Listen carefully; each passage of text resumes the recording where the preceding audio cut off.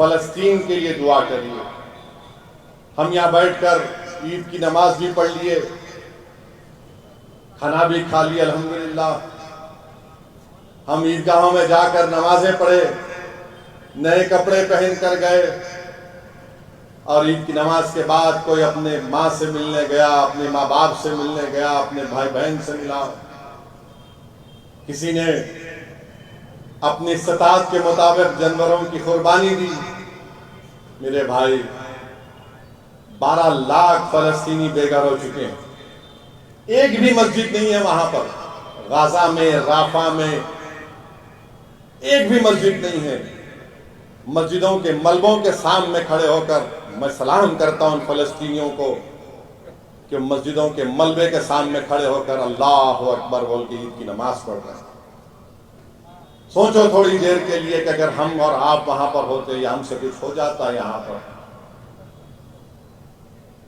40,000 کے قریب لوگ شہید ہو گئے، 18,000 کے قریب معصوم بچے مر گئے، 12,000 خواتین مر گئیں، 60-70 ہزار خواتین حاملہ ہیں، ایک بھی اسپتال نہیں ہے وہاں پر باقی، ایک بھی اسپتال نہیں ہے۔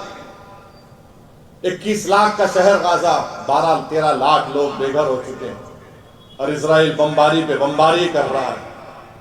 یہ دنیا بیٹھ کر تماشا دیکھ رہی ہے، یہ دنیا دیکھ رہی ہے کیا ہو رہا ہے۔ ٹھیک ہے، کوئی بات نہیں، تم آج تماشا دیکھ رہے ہو، کل انشاءاللہ تمہارا تماشا بنے گا۔ تم آج ان تمام غریبوں کو، مظلوموں کو مار رہے ہو بم ڈال کر، ان کی تکلیف کو تم نہیں سمجھ رہے ہو۔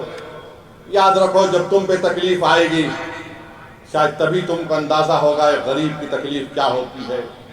مگر ہم جہاں کہیں بھی ہیں، ہم مسجد اقصی، بیت المقدس اور فلسطینیوں کے لیے دعا کرتے رہیں گے، اور ہم ان فلسطینیوں کو بھی پیغام دے رہے ہیں کہ اللہ سے ہم دعا کر رہے ہیں، ہم بار بار ہماری دعاؤں میں آپ کا ذکر ہوتا ہے، اور مجھے یقین ہے کہ جو زمین و آسمان کا مالک ہے وہ انصاف کرے گا، جو زمین و آسمان کا خالق ہے، جو آسمانوں سے بارش برساتا ہے، جو زمین سے غذا اگاتا ہے، جو سورج اور چاند کو پیدا کرنے والا ہے، جو ہم کو ہماری ماں کی پیٹ میں رکھ کر پیدا کرنے والا ہے، جو ہماری روحوں کو قبض کرنے والا ہے، جو ہم کو دوبارہ زندہ کر کے حساب کرنے والا، اللہ ان کا حساب کرے گا انشاءاللہ۔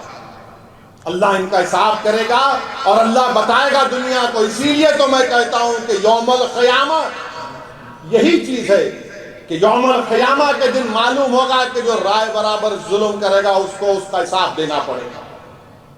آج جو ظلم کر رہے ہیں انشاءاللہ تعالی قدرت تم کو بتائے گی کہ تم کتنے کمزور ہو، اور تم کمزور ہوگے انشاءاللہ تعالی۔ ہم اپنی دعاؤں میں فلسطینیوں کے لیے بھی دعا کرتے رہیں، اور میں آپ سے اپیل کر رہا ہوں کہ ہم انہیں، ہمارے ایک سابقہ رکن اسمبلی ڈاکٹر ہمارے وراثت رسول خان صاحب کو بھی کھویا، ان کا انتقال ہوا۔ ہم اللہ سے دعا کرتے ہیں کہ وراثت صاحب کے اللہ مغفرت فرمائے اور ان کے درجات کو بلند کرے، اللہ ان کی جو خدمات کو اللہ قبول کرے۔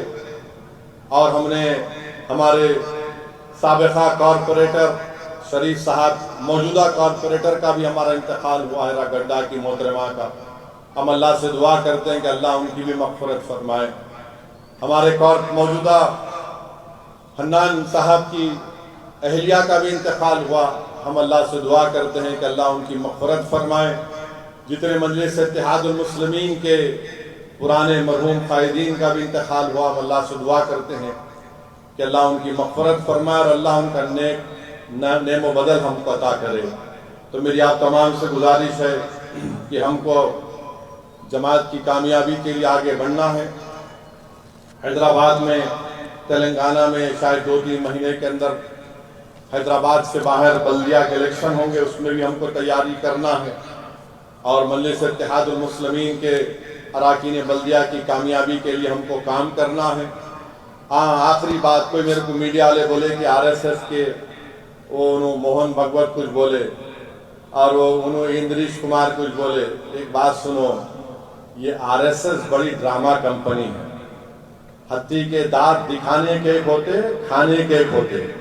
تو موہن بھگوت یہ ایکٹنگ بند کرو آپ پوری کوشش کر لیے. حیدرآباد میں ٹائم ہو گئے، یہاں کے لوگ، یہاں کے دلت، یہاں کے آدیواسی بیکورڈ کلاس سب آپ کا ٹائم کر دیے. اندریش کمار بڑی کوشش کیے تھے، لا کے اتارے تھے، انہوں بھی چلے گئے. خیر کوئی بات نہیں ہے، لوگ آئیں گے، مگر ہم کو اپنی جدوجہد کو جاری رکھنا ہے. جماعت کو مضبوط کریے، جماعت کے لیے ہر وقت تیار رہیے، جماعت کی خدمت کے لیے. تو پھر سے آپ تمام کا بہت شکریہ کہ آپ آج یہاں پر آئے، اور انشاءاللہ تعالی ہم مجلس کو اور مضبوط کرتے جائیں گے. اراکین اسمبلی کا بھی جو عید کے لیے جو جانور جو پکڑے جا رہے تھے، رات بھر جاگ کر بڑی محنت کی تمام اراکین اسمبلی نے، اراکین قانون ساز کونسل نے، اراکین بلدیہ نے، میں ان تمام کا شکریہ ادا کرتا ہوں.